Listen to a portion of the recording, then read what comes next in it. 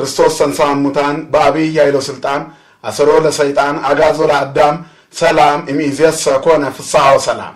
የትንሣኤያችን በኩር ፍጥረት ሁሉ ጌታ መድኃኒተ ዓለም ኢየሱስ ክርስቶስ ትንሣኤውን እንድናከብር ትንሣኤ ልቡና ስለሰጠን በትንሣኤው ብስራትን ስላበሰረልን ሙስና መቃብርን አጥፍቶ ሞትን ድል ነስቶ ስለተነሳልን ስሙ ለዘላለም የተመሰገነ ይሁን። በጌታችን በመድኃኒታችን በኢየሱስ ክርስቶስ ፍቅር ጸጋና ሰላም ይብዛላችሁ። እንኳን ለብርሃነ ትንሣኤው በሰላም አደረሳችሁ።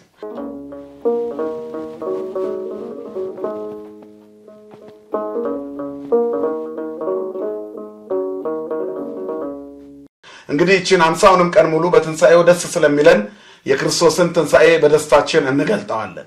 እንደ እግዚአብሔር መልካም ፈቃድ ዛሬ የምንማማርበት የትምህርታችን ርዕስ የዮሐንስ ወንጌል ምዕራፍ 20 ቁጥር 20 ላይ የሚገኝ ይሆናል። የትምህርቱ ርዕስ የደስታ ምንጭ የሚል ይሆናል። የደስታ ምንጭ የሚለውን ይህንን ቃል ከመነጋገራችን በፊት ደስታ ምንድነው ነው? ደስታ ውስጣዊ ሰላም ነው። ወይንም ሕዋሳቶቻችን በሙሉ ዘና ባለ ሁኔታና በጤና በተረጋጋ ሰላም ውስጥ ሲገኝ ደስታ ይሰማናል። ጭንቀት የተለየው፣ ድብርት የተለየው፣ በዘመናዊ ቋንቋ ስጋት የተለየው፣ ፍርሃት የተለየው፣ ህመም የተለየው ፍጹም ጤናማ በሆነ ሁኔታ ውስጥ ስንገኝ የሚሰማን ስሜት ደስታ ነው። ደስታ የምንፈልገውን ነገር ስናገኝ የሚሰማን ስሜት ነው። ደስታ ባገኘነው ብለን የምንመኘው ነገር የኛ ሲሆን የሚሰማን ስሜት ነው።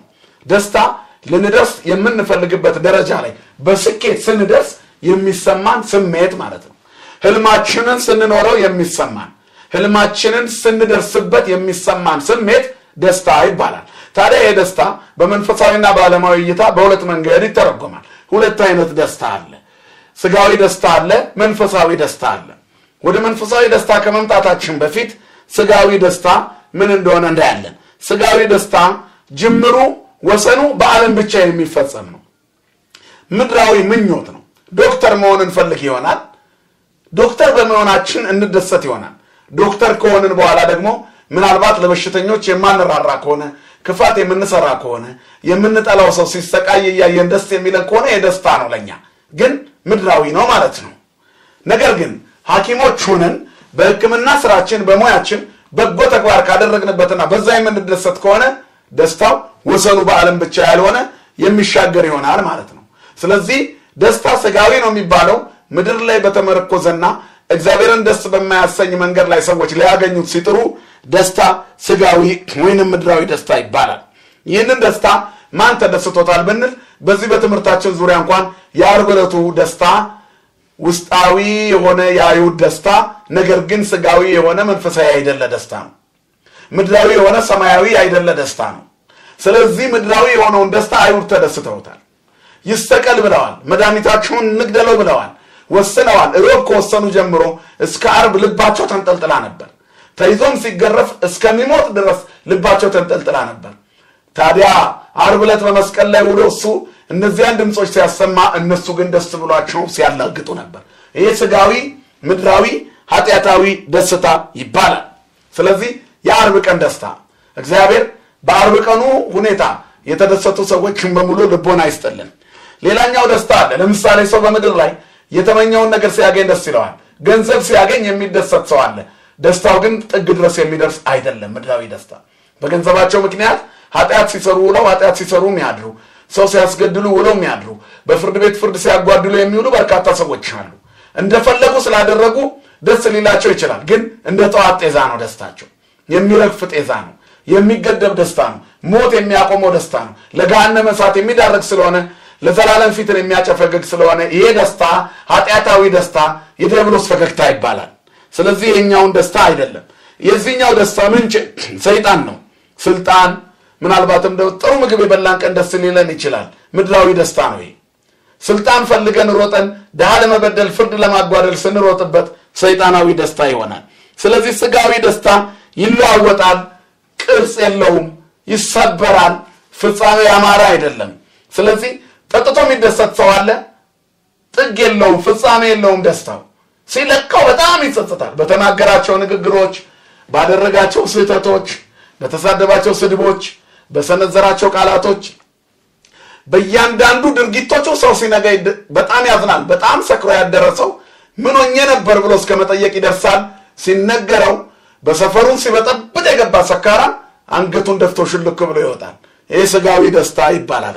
መጨረሻው የሚያሳዝን ሰው ሲነጋ ለምን የሚዳርግ ማለት ነው።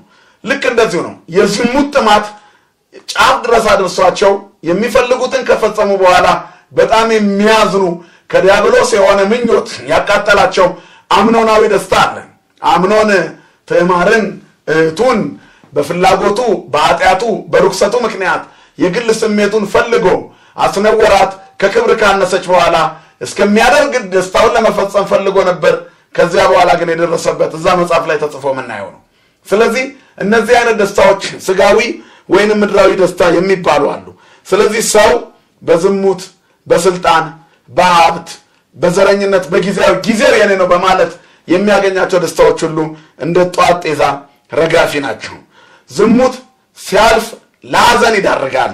ስልጣን ሲለቅ ይጎዳል። ጉልበት ደግሞ እርጅናና በሽታ ይጥለዋል። ውበት ደግሞ የፊት መጨማደድና እድሜ ይጥለዋል። እነዚህ ሁሉ ደስታዎች ለጊዜው ነው። በውበታቸው በቁመናቸው በሀብታቸው በጣም ደስተኛ ሆነው ሲያልፍ ላይነሱ የወደቁ ላይጠገኑ የተሰበሩ ቀና ላይ ያጎነበሱ ሰዎች በርካታ ናቸው። ዓለም እስከ መጨረሻ ያስደሰተችው ሰው ማንም የለም። ውበት ሐሰት ነው፣ ደምግባት ከንቱ ነው የሚለው መጽሐፍ ለዚህ ነው። ጊዜ የሚያበላሻቸው ነገሮች ላይ መደገፍ ደስታ አይሰጥም። ይሄ ማለት ግን እንዳዘን መኖር አለብን ማለት አይደለም። የምንመካበት ሳይሆን እግዚአብሔርን የምናመሰግንበት አድርገን እንቀልብሰው ማለት ነው። ደስታን እግዚአብሔርን ደስ በሚያሰኝ አቅጣጫ መቀልበስ ይቻላል።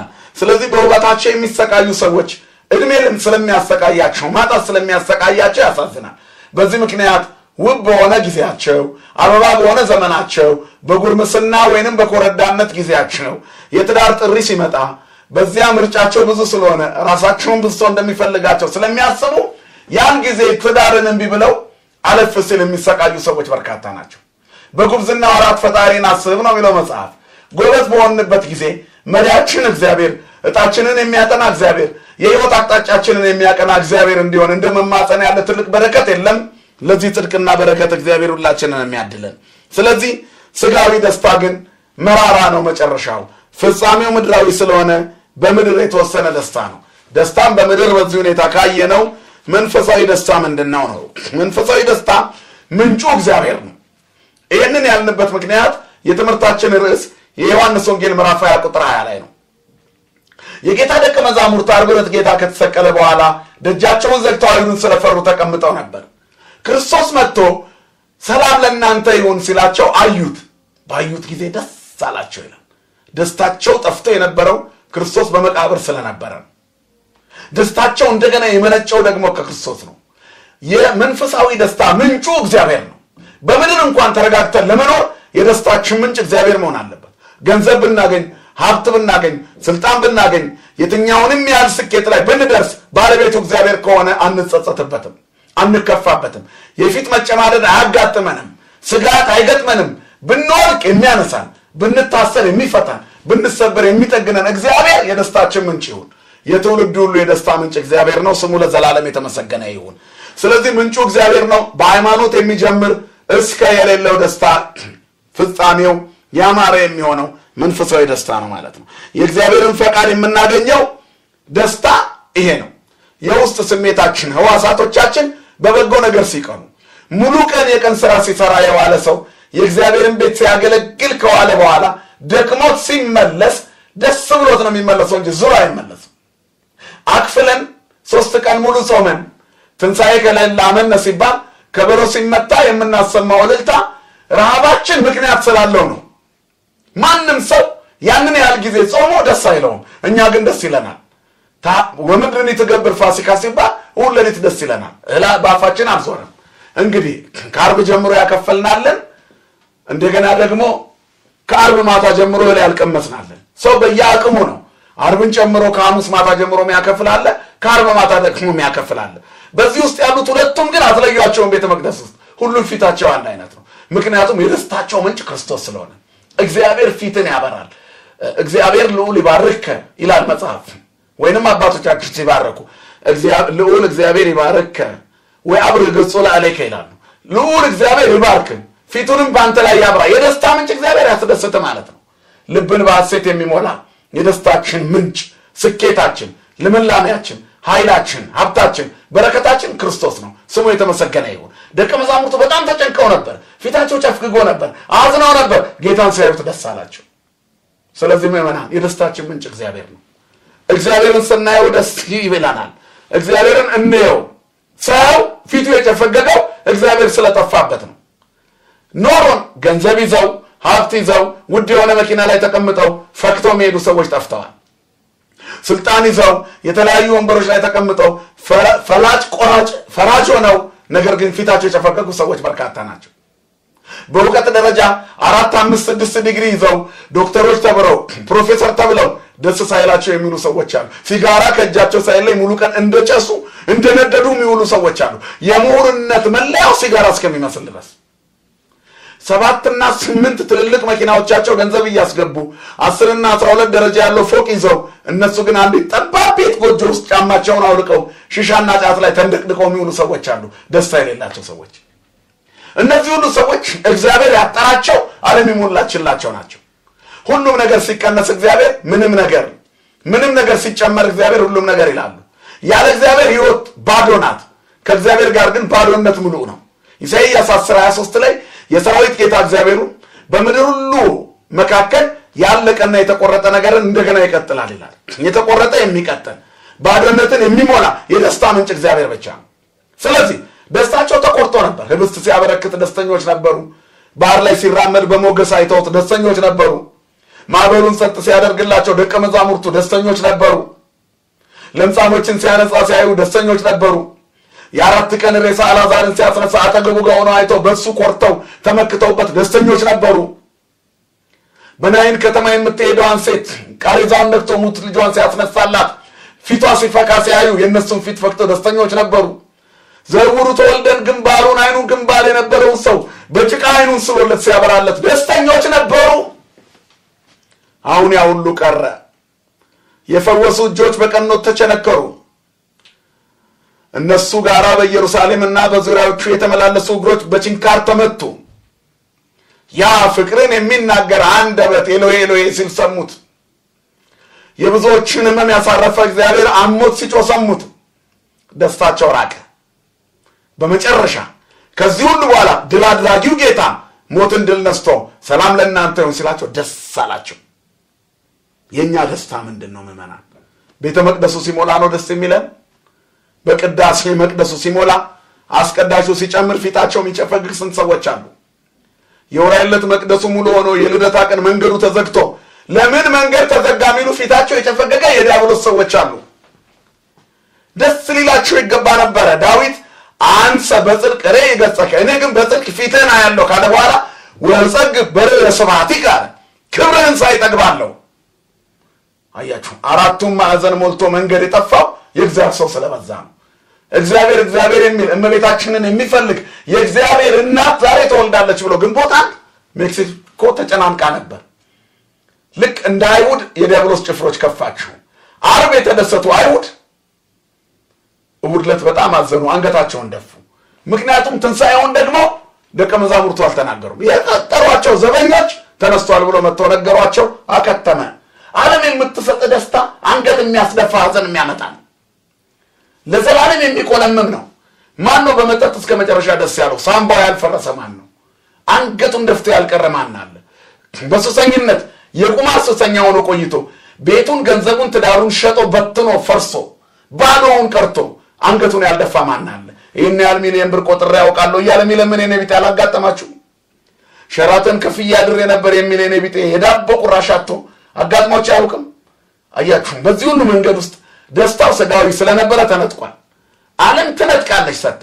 ከሰጣ የማይቀማ ካነሳ የማይጥል ካለበሰ የማይገፍ ካከበረ የማያዋርድ ሕይወት የሆነ ደስታችን ምንጭ ክርስቶስ ነው። ስሙ የተመሰገነ ይሁን።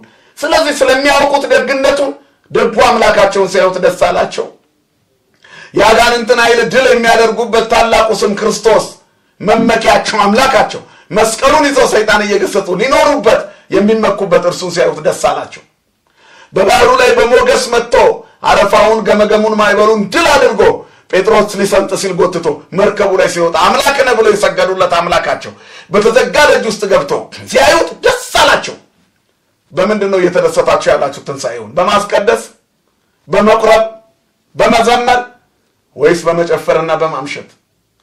ስጋ መብላት ተፈቅዷል ብላችሁ 50 ቀን ሙሉ በስጋዊነት ከመኖር እግዚአብሔር ይጠብቀን። ስጋ የተፈቀደልን የክርስቶስን ትንሣኤ እንድናከብርበት እንጂ ስጋውያን ሆነን እንድንቀጥልበት አይደለም።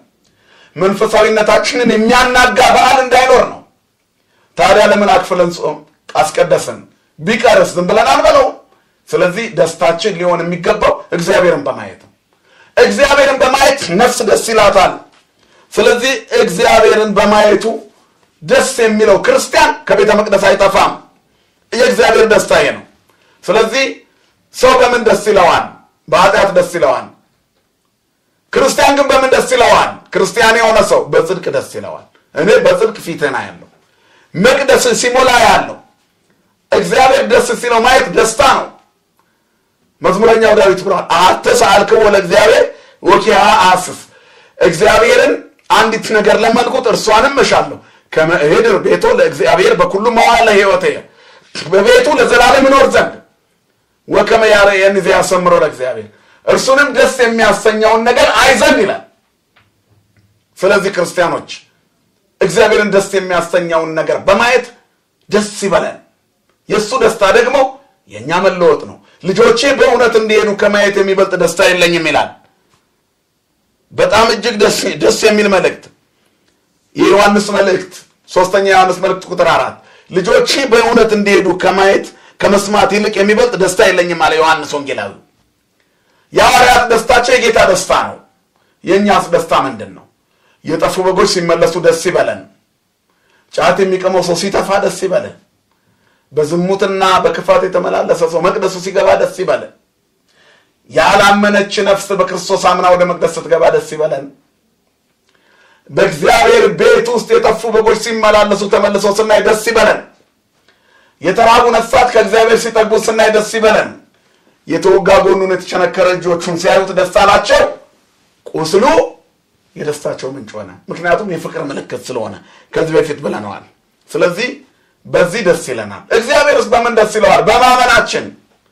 ዕብራውያን 11 ላይ ሄኖክ አካሄዱን ከእግዚአብሔር ጋር ስላደረገ ተሰወረ ይላል። ዕብራውያን 11 ቁጥር 5 እግዚአብሔርን ደስ አሰኝቷልና አልተገኘም። ከ10 አበው መካከል 7ኛው ሄኖክ በጥቂት ዕድሜ ውስጥ ከእግዚአብሔር ጋር ሆነ፣ ከምድር ተለየ። እግዚአብሔርን ደስ አሰኝቷልና ለሄኖክ በምድር ላይ መኖር ሳይሆን ደስታው እግዚአብሔርን ማየት ነው። እኔና እናንተም እግዚአብሔርን አይተን ደስ ይበለን። የቁስሉ ምልክት ደስታችን ይሁን። ያም የሆነው ዙሪያችንን ባሉ ቁሳቁሶች ለመደሰት ካሮጥን ነው። እግዚአብሔርን ደስ ለማስተኛት ከተጋን ያኔ ደስ ይለናል። አካሄዱን ከእግዚአብሔር ጋር ስላደረገ እግዚአብሔር ወስዶታልና አልተገኘም። የማትገኙ ሆኑ ክርስቲያኖች በትንሣኤ የተገኘው በረከት ባለላ ነው፣ መማረክ ነው። ዓለም የማይማርከን የክርስቶስ ምርኮኞች፣ ኃጢአት የማይወስደን የጽድቅ ጥገኞች ልንሆን ያስፈልጋል።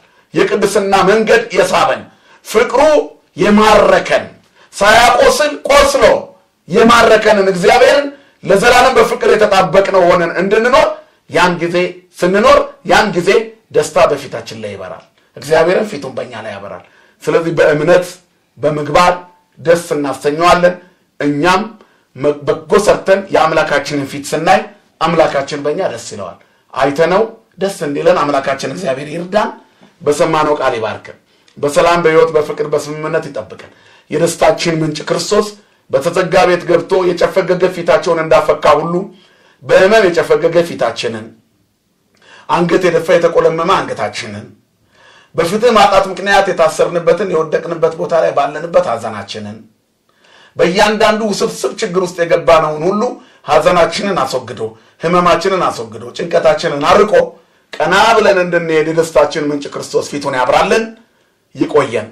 ክርስቶስ ተንሥአ እሙታን በአብይ ኃይሎ ስልጣን አሰሮ ለሰይጣን አጋዞ ለአዳም ሰላም እምይእዜሰ ኮነ ፍስሐ ወሰላም ወስብሐት ለእግዚአብሔር።